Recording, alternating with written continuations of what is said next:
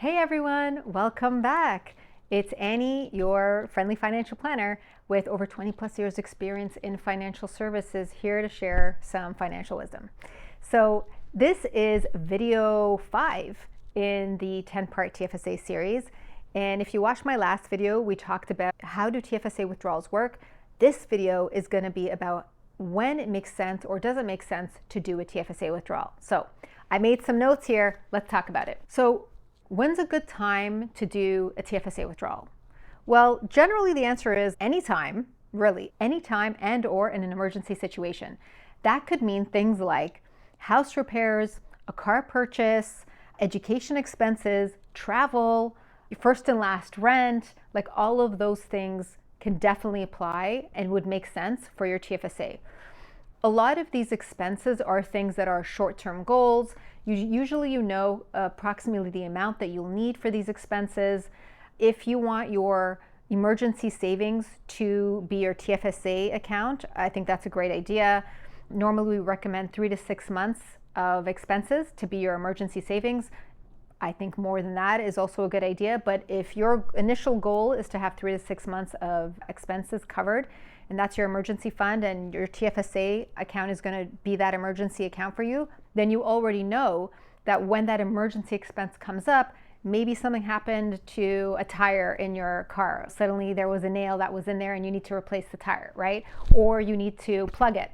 That's an additional expense that you hadn't planned for. That is something that your TFSA could definitely help with. Take the money out. You're not taxed on it. It's just sitting there waiting for you. And so these expenses are smaller amounts.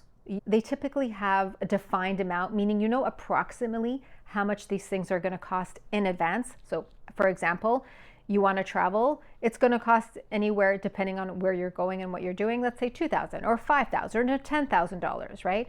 So you have a goal and you put your money in your TFSA, you allow that to grow, and that helps you reach your travel goal. So having a goal, having a deadline date will help you towards that. And then the growth within your TFSA will also get you there a lot faster and closer. And then you take the money out and boom, perfect. You've met your travel goal. You were able to pay for it or even a part of it. And that's very helpful. And there's no penalty, right, for taking the money out of your TFSA for that particular goal. And when you take the money out, let's say it's for travel, you take the money out, you pay for your trip, the money that you took out, if you watched my last video, it gets added back to your contribution limit the following year. So it's like double bonus. Another time when withdrawing from your TFSAs makes sense is when withdrawing from your RSP or RIF or your LIRA or your LIF, depending on where you're at with that, would raise your income to a higher tax bracket. Now, I haven't done an RSP series yet. What you really need to know is that when you take money out of an RSP, a RIF or LIRA or a LIF, the money is considered taxable income.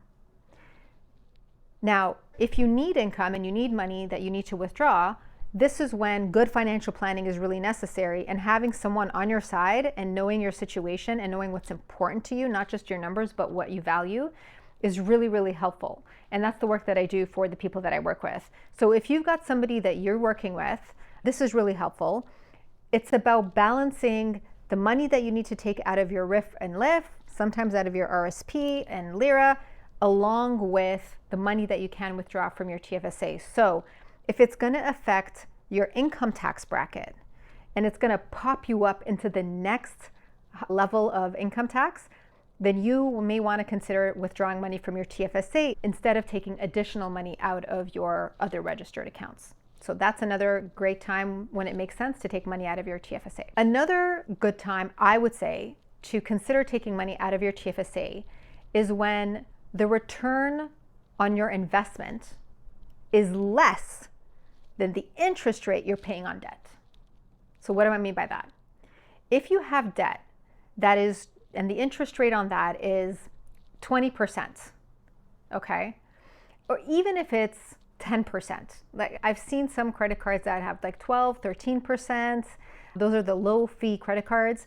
If you have significant debt that you're carrying on a credit card with an interest rate of 13% and it's really stressing you out, but your TFSA is not earning you 13%, and it would make sense to pay off that debt faster because that interest rate is really eating into your money, then yeah, it's a good point to consider withdrawing money from your TFSA to go and pay that higher interest rate credit card.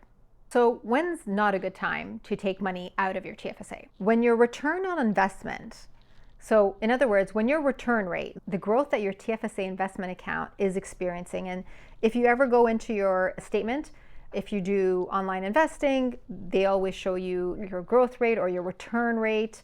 If your return rate on your TFSA is higher than the debt, than the interest rate on your credit card, I wouldn't necessarily advise taking money out of your TFSAs. Now, there's a smart way to work this in where you still want to pay that debt down, but your situation is very specific and personal. So I think it's a good idea to have a financial planner or a money person really look at your situation and figure out with you what makes the most sense. But generally, if you have an investment account like a TFSA with these tax-free benefits and features, earning a way higher return than the interest rate on your credit card, I would say maybe not a great time to take the money out of your TFSA. You can take the earnings, the growth on that, and take a bit out every month to pay your credit card. That could be a strategy, but otherwise I would leave that investment and that money in the TFSA, especially if you're experiencing a very high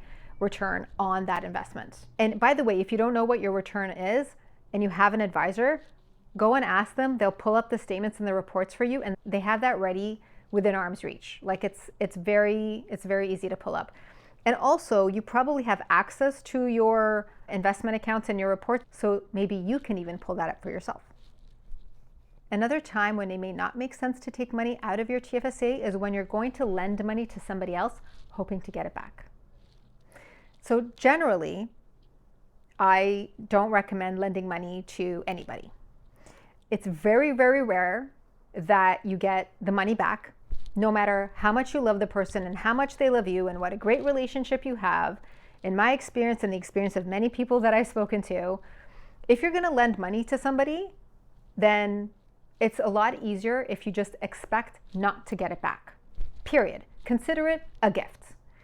The reason I don't recommend taking money out of your TFSA to loan or gift somebody money hoping to get it back, well, there's two reasons. One, the fact that you think you'll get it back and you're kind of riding on that, that's not going to be helpful to you. It'll cause a level of stress that's not beneficial for you.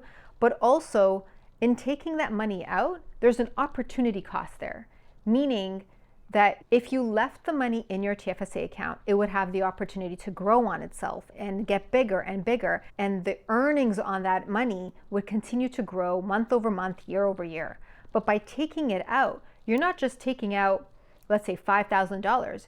You're taking out $5,000 plus the hundreds of dollars that would earn on that $5,000. So when you're taking money out of a TFSA to give to somebody else, you need to know that the cost to you isn't just that amount of money. It's the cost of the growth on that money that could have helped you out in an emergency. Another time when it's not a good time to withdraw from your TFSA is right after you've contributed to it. Now, if you had no choice and you were caught by surprise and you didn't know this was happening and you put the money in with good intentions based on your goals, and then suddenly something came up and you had to withdraw, cool, perfectly fine. But generally, the TFSA investment account was not created to act like a bank account where you put money in and withdraw right away and in and out. It wasn't meant for ins and outs constantly. That's what the bank account is for. Your TFSA was meant to put money in and let it grow tax-free and then have that money compound, and then as a supportive mechanism for your retirement or even pre-retirement goals. But it wasn't meant to serve as a bank account. So when you're going to make a contribution to your TFSA investment account, and this is probably true for any contributions or any savings that you put aside into your investment accounts, it's important to have intention and direction. The intention is, I'm putting this money aside for this reason. This is my intention with this money. It's meant to do this. It has a purpose. It's meant to help me with this goal. It's meant to have money put aside, not so that I don't keep touching it constantly. And direction is more about, And here's what I want my money to do specifically. I want this money to be put here for these benefits. This is why I'm putting this money into this kind of investment account to take advantage of these benefits that this investment account offers. And I want it to grow for this period of time. This is how much I'm putting in for this period of time because I have a 3-year goal, or I have a 6-month goal, or I have a 10, 15-year goal, or my goal is in 5 years, I want to invest in a business, or I want to take money out to invest in a down payment for a home, or to pay for my kids' education, or to pay for my education as an adult, because I don't know about you, but as an adult, I haven't stopped learning. I keep going into programs and courses just to continue my own learning and my own self-development and just increasing my knowledge level based on what it is that I'm trying to learn and grow and evolve into. So my third point was, it's not ideal to take money out of your TFSA right after you've put it in, because you haven't given it time to experience the tax benefits of allowing it to grow tax-free, and then allowing that time to compound. If you watched any of my other video on the TFSA contribution, one of the key factors, one of the key secrets in most investments, but especially when you're trying to take advantage of the features and benefits that TFSA accounts offer, it's time and patience. So taking money out right after you've put it in, it's not ideal and generally doesn't make sense. So you need a plan, and you need intention, you need direction. Know why you're doing it and what you're doing it for. Okay, this was my video on when it makes sense or doesn't make sense, or when is the right time and when's not the right time to take money out of your TFSA accounts. I hope you enjoyed this video. If you haven't checked it out yet, I've created an investment flow guide. It's free, it's downloadable PDF guide. Go and check out the link in my description box in the video here. I've basically created 4 investment profiles that I've noticed and observed in my 20+ years experience. You'll probably find yourself matching to one of them, maybe a combination of 2, but it's really about how do you need to invest? What are some do's and don'ts I recommend based on that profile? What are some platforms, tools, and resources that you would find helpful based on how you need to do it? And I've got some bonus tips and even an affirmation based on your profile. So go and check that out. I look forward to your feedback. And please share in the comments if you found this video helpful, or if you have any questions about any of my videos, whether it's TFSA contributions, earnings, taxation on TFSAs, withdrawals. My next video will be covering when not to have a TFSA investment account. So stay tuned for that. That'll be in the next video, and I look forward to seeing you again. Feel free to comment and share, like, and subscribe. If you comment, I do respond to every video.